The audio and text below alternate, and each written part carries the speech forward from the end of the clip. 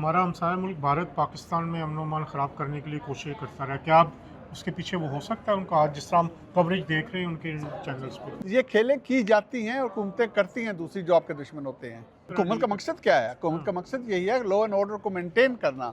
और अगर किसी ने कानून को तोड़ा है तो ये तो इंसाफ का तकाजा है कि अगर किसी ने गलत काम किया है उसको सजा मिलनी चाहिए, चाहे वो कश्मीर में हो या पाकिस्तान। It doesn't matter. कानून तो बराबर होता है ना। कानून का बेसिक कॉन्सेप्ट ये है कि सब पे लागू होता है। और मैं ये समझता हूँ कि जो कश्मीर में इलेक्शन हो रहे हैं ये अच्छी चीज़ है, इसमें पार्टिसिपेट करना चाहिए। ये जो अवामी पार्टी कमेटी बनी हुई है, कमेटियों से चीज़ें नहीं होती। इलेक्शन आ रहा है, अगर आप समझते हैं कि आपके पास अच्छा मैनिफेस्टो है तो मैदान में आएँ, लोगों से आप वोट लें और हुकूमत बनाएं। आप क्यों सड़कों पे आते हैं? क्यों सड़कों में लड़ाई फसाद की तरफ वो चल रहा है? क्यों हम डैमेज करते हैं? क्यों में इंजरीज जो किलिंग हो रही है, जो आज़ादी की मुसलसल कोशिश की जा रही है, इन चीज़ों को डैमेज होता है। हम सब को सोचना चाहिए और कोशिश ये करनी चाहिए कि अमन की तरफ जाएं। अथॉरिटी होती है, ये नंबर 1 प्रायोरिटी होती है गवर्नमेंट की कि लॉ एंड ऑर्डर को मेंटेन करना।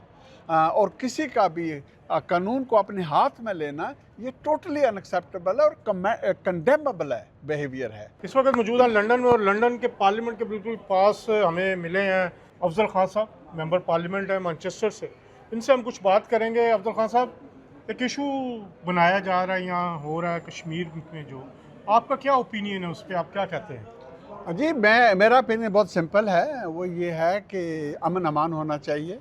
अमन अमान के थ्रू प्रोग्रेस होता है और तशद्दुद की तरफ जाना जो है ये कभी भी एक्सेप्टेबल नहीं होता किसी भी सिविलाइज सोसाइटी के अंदर। अगर आपके लेजिटिमेट डिमांड हैं उसके एक वेज मीन्स होता है उसको एक्सप्रेस करने का भी। और जब ये आप में मालूम है इस चीज़ का कि नेगोशिएशन कुछ अरसे से चल रही हैं, हमें ये कहा जाता है कि बहुत सी जो इश्यूज़ हैं वो रिजॉल्व हो चुके हैं, चंद कोई इशू बाकी रहते हैं, उनकी कुछ डिफ़िकल्ट्स भी होती हैं। अगर कोई कॉन्स्टिट्यूशनल चेंजेस की ज़रूरत है, ये स्ट्रेट फॉरवर्ड चीज़ नहीं होती। कॉन्स्टिट्यूशन चेंज होने का एक पूरा प्रोसेस है। वो अगर ऑप्शन इस तरह के हैं तो आप क्यों सड़कों पे आते हैं? क्यों सड़कों में लड़ाई फसाद की तरफ वो चल रहा है? क्यों हम डैमेज करते हैं? क्यों में इंजरीज जो किलिंग हो रही है? तो ये एक्सेप्टेबल चीज़ नहीं है। इसका मफाद आपको नहीं है, आपके दुश्मनों को होगा। आप अभी ऑलरेडी देखें, आप मुख्तलिफ जो आपके नेबर्स की मीडिया है किस तरह सारी चीज़ को फैला रहे हैं। हमारा एक बिगर इशू भी इस मसले के अंदर है। इतने अरसे से जो आज़ादी की मुसलसल कोशिश की जा रही है, इन चीज़ों को डैमेज होता है। हम सब को सोचना चाहिए और कोशिश ये करनी चाहिए कि अमन की तरफ जाएँ। इलेक्शन जो हैं वो आ रहे हैं, अगर कमेटी ये समझती है कि उनके पास कोई पैगाम ऐसा है, कोई ऐसा मैसेज है, कोई बेहतरी के लिए चीज़ें हैं, तो मैदान में आएँ। वो इलेक्शन का प्रोसेस है। आप अपनी जमात बनाएं, इलेक्शन का हिस्सा बने और पार्लियामेंट में आके लेजिस्लेट करें। फिर पता चलता है कि कैसे चीज़ें इंप्रूव होती हैं। बाहर बातें करना तो सबके लिए आसान है। लेकिन इस पे जो तशद्दुद का एलिमेंट शामिल हो गया कुछ लोगों की तरफ से, हम देखते हैं कि उसकी वजह से सिक्योरिटी फोर्सेस के कुछ लोग भी शहीद हुए हैं रावला कोट में। आप इस तशद्दुद को कैसे देखते हैं एज ए ब्रिटिश पार्लियामेंटेरियन? इस तरह का अगर यहाँ पे हुआ होता तो वो लोग तो क्या इनको उतनी ही आज़ादी होती वहाँ पे जो वहाँ पे हुआ, अगर आप ब्रिटिश कॉन्टेक्स्ट में देखें? जी, मैं ब्रिटिश कॉन्टेक्स्ट में सिर्फ ये कहूँगा, आपके सामने बात है, लास्ट ईयर साउथ पोर्ट पे जब राइड शुरू हो गई थी, जब इस तरह की तशद्दुद शुरू हो गया था, तो इस मुल्क का रिएक्शन कैसे था?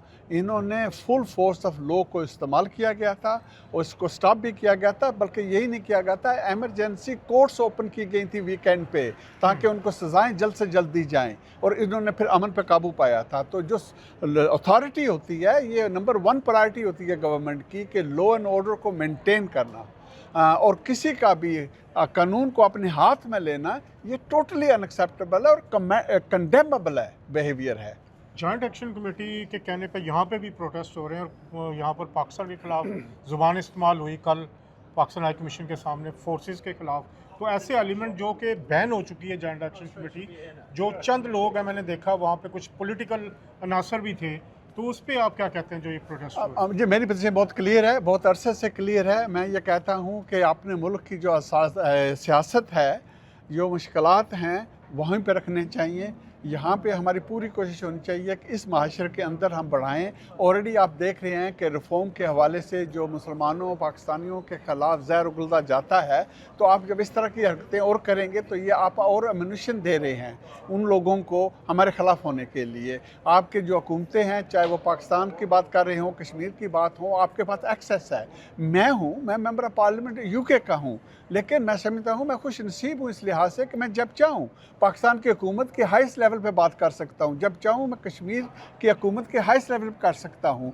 तो हमें क्या ज़रूरत पड़ी है कि यहाँ पे इस तरह की हरकतें करें। तो मैंने तो कभी भी, ये सिर्फ कश्मीर की बात नहीं है, मुखालफत करते हैं आप? मैं बिल्कुल करता हूँ। मैं कहता हूँ कि यहाँ पे वहाँ की सियासत नहीं लानी चाहिए।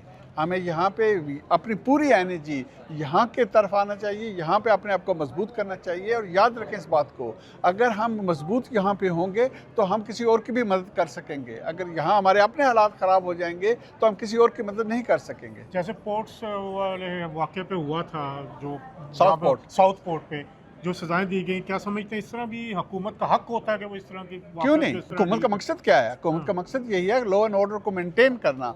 और अगर किसी ने कानून को तोड़ा है तो ये तो इंसाफ का तकाजा है कि अगर किसी ने गलत काम किया है उसको सजा मिलनी चाहिए, चाहे वो कश्मीर में हो या पाकिस्तान। It doesn't matter. कानून तो बराबर होता है ना। कानून का बेसिक कॉन्सेप्ट ये है कि सब पे लागू होता है। तो अगर किसी ने कानून तोड़ा है, किसी ने गलत काम किया है, तो ज़रूर सजा मिलनी चाहिए। आपके कुछ कोलीग्स जो हैं वो पार्लियामेंट में इस तहरीक को लेके आए हैं और वो काफ़ी बात भी कर रहे हैं और पाकिस्तान गवर्नमेंट ने भी रिएक्शन दिया है, क्या कहेंगे उस पर? जी, मैं ये कहूँगा, ये हमारे कॉलीग हैं, उनका काम है अपना, वो समझते हैं बेहतर जो चीज़ वो करते हैं, करें बेशक।